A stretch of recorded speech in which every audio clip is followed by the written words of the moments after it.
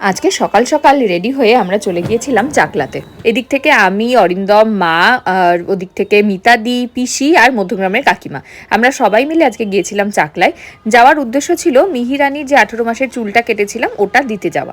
তোমরা অনেকেই আমাকে কালকে জিজ্ঞেস করেছো যে কেন আমি তারকেশ্বরে না দিয়ে চাকলাতে দিলাম, চাকলাতেও চুল দেওয়া যায় কিনা। হ্যাঁ, চাকলাতেও চুল দেওয়া যায়। আর তোমরা হয়তো অনেকেই জানো যে আমি যখন প্রেগনেন্ট ছিলাম সেই সময় আমি চাকলায় গিয়েছিলাম পুজো দিতে, এবং সেদিনই বাড়িতে ফেরার পর আমার প্রচণ্ড ব্লিডিং হয়।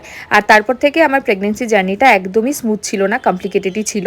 তো সেদিনই আমার মানসিক করে আসা ছিল ওখানে যে মিহিরানির প্রথম যে চুলটা সেটা আমি লোকনাথ বাবার কাছে গিয়েই দান করে আসব।